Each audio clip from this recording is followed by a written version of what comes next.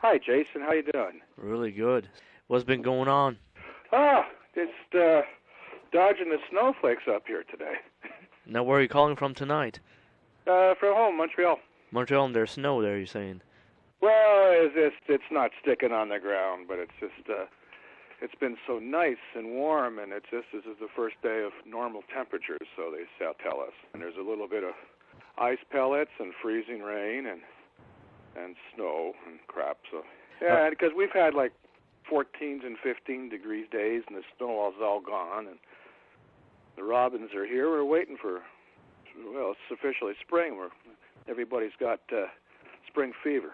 It's like that. We got Brian Greenway here from April Wine. How's life been treating you these days? You know, playing lots of gigs with April Wine? Playing lots of shows. We had a great 2009, and we're hoping to have a wonderful 2010. And by the looks of things, the year's starting out just perfect.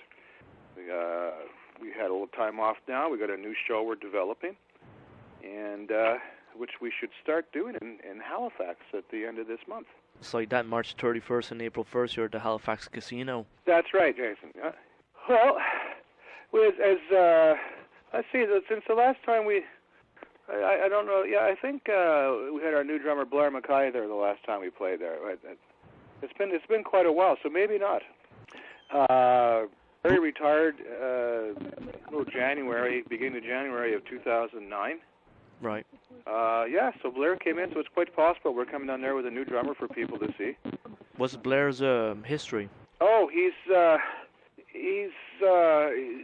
wouldn't know him so much from any name bands, but he's been very much involved in the world of production and jingles and jazz, in doing musical stuff.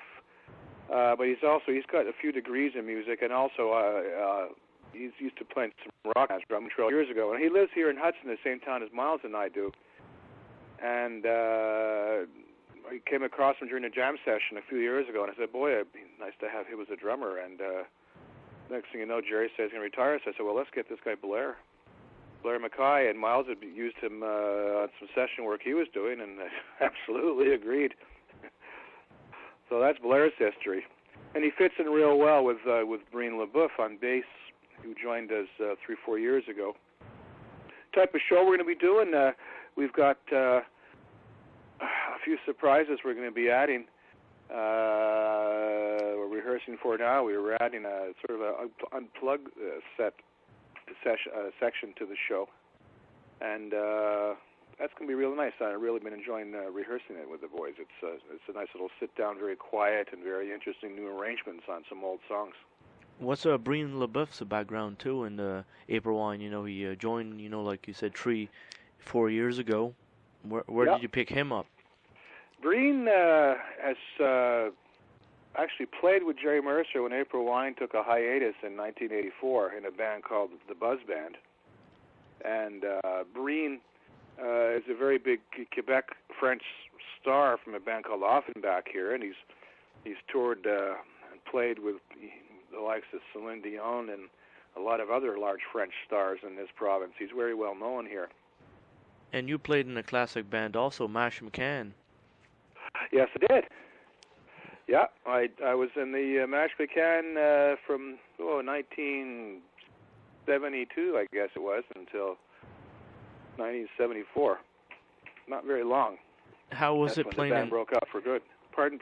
How was it playing with Mashmakhan? Like they had this huge hit, back in the day. Well, it wasn't with Jerry Mercer anymore. He was gone. The only original guy left was Pierre Senecal. And that sort of started rolling the April Wine ball there. Steve Lang, who eventually joined April Wine as a bass player in 1975, was in that band. And actually, I was in another band before that, too. We called Cheek, Cheequue, with Lauren Nearing on drums and Steve Lang on bass and some other folks. And Steve went and that broke up. Steve joined April Wine a few years later, and then they're looking for a fifth guitar player, and in 1977, and they got me. So it was the third band Steve and I were in. So that's Mashmakhan sort of started the ball rolling towards the April Wine thing. I remember in 1973 applying for the job of auditioning with April Wine when the Hemans left, but Gary Moffat got the job instead, which worked out very well, actually. And when it came to your time in April Wine, you know, did they just look back in your audition days of '73? No, I still was in for 3 months during the summer tour to see how I fit in, and I fit in pretty good, I thought. And, but the wait was long, and and also at that particular time, the 3-guitar sound was becoming very popular. So I played a little keyboards and I sang and I wrote a bit. So I fit all the bill of what they're looking for. And look at now, you've been in the band for so many years now. Yeah, since 1977. You did fit the bill right then. Yeah, I'm thinking so, yeah. That's awesome. Going back to Nature of the Beast, what did you use in recording, like guitars and stuff? Back then, I had one guitar I always used, and I still own it. It's a Gibson Les Paul Custom, and I played that through a Marshall amplifier, 2 cabinets, 100-watt head. And for effects, all I was using back then was an old Boss chorus ensemble. They call it a CE1, I think was the model name. And nothing else. I'd had no delays and no wah-wah, nothing. I just one pedal on the floor. That's all I would use. And I use it all the time, so it wasn't really an effect. The effect happened when I turned it off. Yeah. And I mean, that's such a classic-sounding album, you know. You must be really grateful to be on that. Yeah. We had a lot of good time recording that. Harder, Faster, Nature of the Beast, First Glance and Harder, Faster. We did at Le Studio in Warren Heights with Nick Blagone at production, producing it, along with Miles. And it was a very tight-knit group. It was fun because we would take over the studio for the entire time we were there, 2-3 months. There'd be nobody else in it, so it became home to us. So you just put your guitar down at the end of the day, not have to put it away, and you knew nobody else was going to be in there like other studios. As soon as one session's over, and nowadays there's not many studios like the studio. They're very expensive to run because one artist would have it, so it would, if they're not using the overnight hours, it's not being used, you can't charge more. Recording studios are rather like aircraft. You know, the more you can book them, the better. Another thing too, Brian, you guys made lots of videos back, you know, in the 80s. What happened to that? Are you guys going to ever release a new video if a new album comes out? I doubt it very much because it won't get played on anywhere. Most of the videos today you will see that are played are geared at a much younger audience on MTV or Much Music or whatever the shows are, and we're not that flavor of the month anymore for videos. If anybody started up a classic rock video channel, I'm sure there's lots of old footage that they could play. But then again, most people are watching TV to listen to music like that. They'll be in cars or on satellite radio or on the internet and listening to it. You know, there's so many different avenues of listening to music these days. Going back to Mashmakhan here, because I'm intrigued with Mashmakhan. Is there any recordings with you on? Yeah, we did one single. It was called Dance a Little Step. Actually, there was 2. One was called Dance a Little Step, one was called Ride, Johnny, Ride. Dance a Little Step got more airplay than Ride, Johnny, Ride did. The flip side of Dance a Little Step, I think, was a song called One Night Stand. If it was that one, then I wrote that. It was a couple of my first times singing in the studio, and you can really tell because I didn't know how to sing properly back then into a microphone, I suppose, or to get the point across or to get the feeling across. I was still in my bar band days. And these records are highly rare, I presume? You are correct, sir. Yeah. Yeah, I don't know. Well, they were on Aquarius. Dance a Little Step was Aquarius Records. Ride, Johnny, Ride, it might have been Columbia, I'm not sure. But they would be very rare, yeah. Because they were back in the early 70s. Because any Mashmakhan record costs quite a few dollars to get them today. Really? I've never checked out the what their values are. Yeah, check the value. They're not cheap. They're and mostly printed in Japan, I do believe, and stuff like that. That's available today. It's a whole game. Right. Isn't that interesting? Yeah, Pierre Senecal used to be my next door neighbor. Oh, really? That's why I know so much about Mashmakhan. Where, in New Brunswick, or? No, in Nova Scotia and Clare, Digby County. Oh, okay. Yeah. Isn't that neat? Yeah. 1977, he moved down here to live a new Okay, that's life. true, yeah. An interesting fella. Yeah, he's in New Brunswick now, from what I know. Yeah, I haven't seen him in a long time. But that's just the way things go. So basically, how many shows you guys do in a year? You guys tour constantly still? Oh yeah, we're doing somewhere between 50 to 75 shows a year. It doesn't sound like a whole lot considering there's 365 days in the year, but if you take 50 of them and or 60, and there's usually you go out the day before and come back the day after, so now that 60 becomes closer to 200. So you're away a bit. A guy like Brian Greenway do on his days off. Lately, I've been going a lot to the gym. Oh yeah. It's I decided I got all of March off, and I'm going to go every day. And every day turned out not to be good. You're supposed to take at least 2 days off a week to let your body recover from the brutality you are showing it.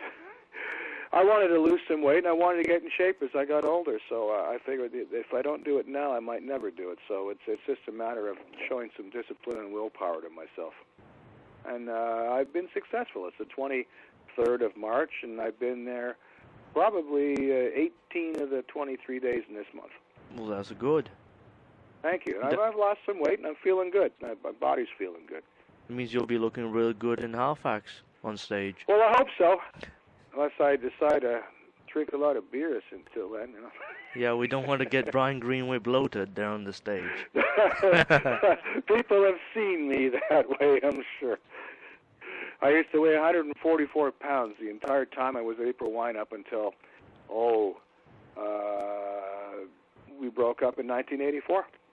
And then I went up to 166, and then I topped out about 196, and now I'm back down to about 188, and hoping to get down back to 160s again.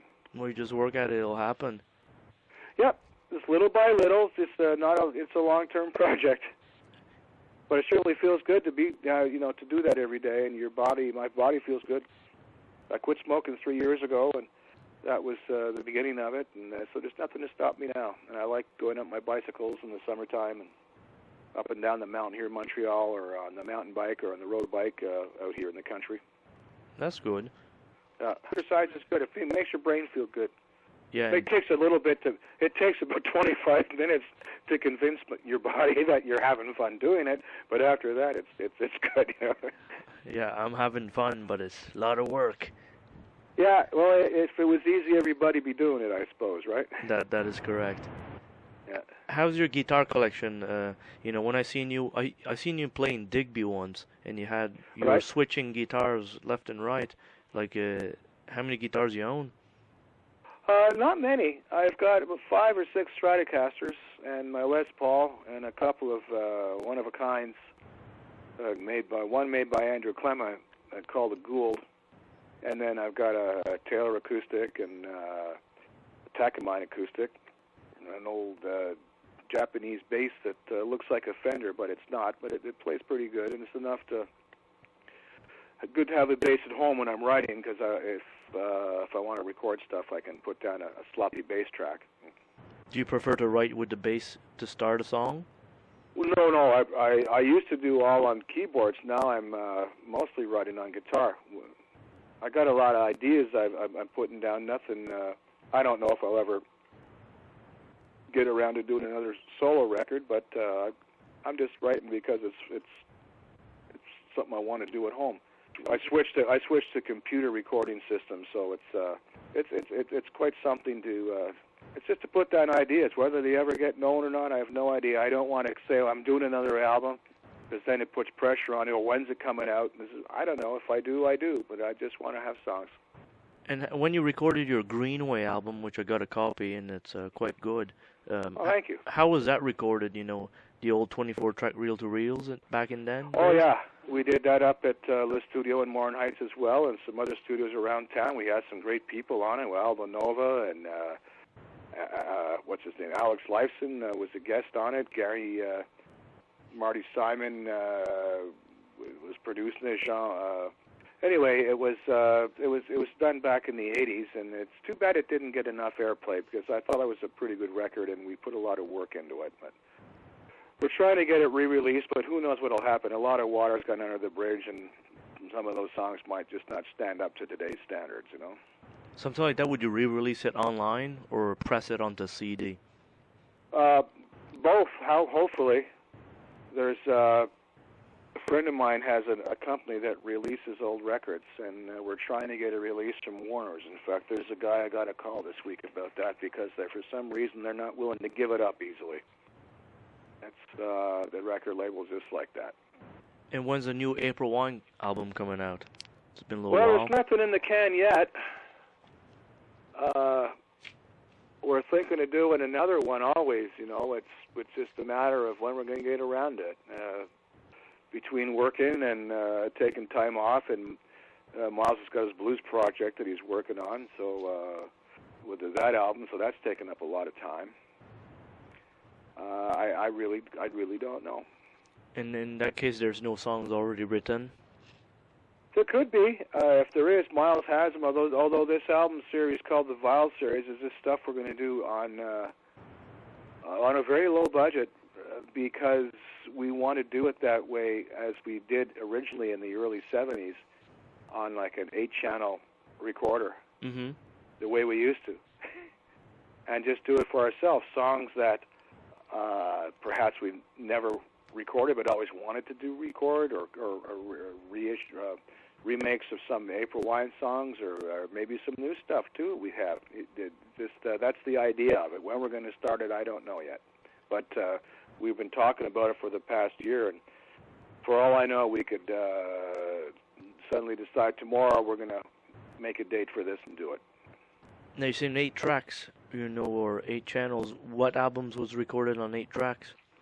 Well, the original April Wine, album back in the early 70s, that was done on 8-channel. Like the Beatles' earlier stuff was done on 4. Just a lot of bouncing back and forth before people started going to, because it was just on small tape. You didn't have 24-inch tape back then. Yeah, that's unbelievable. Yeah.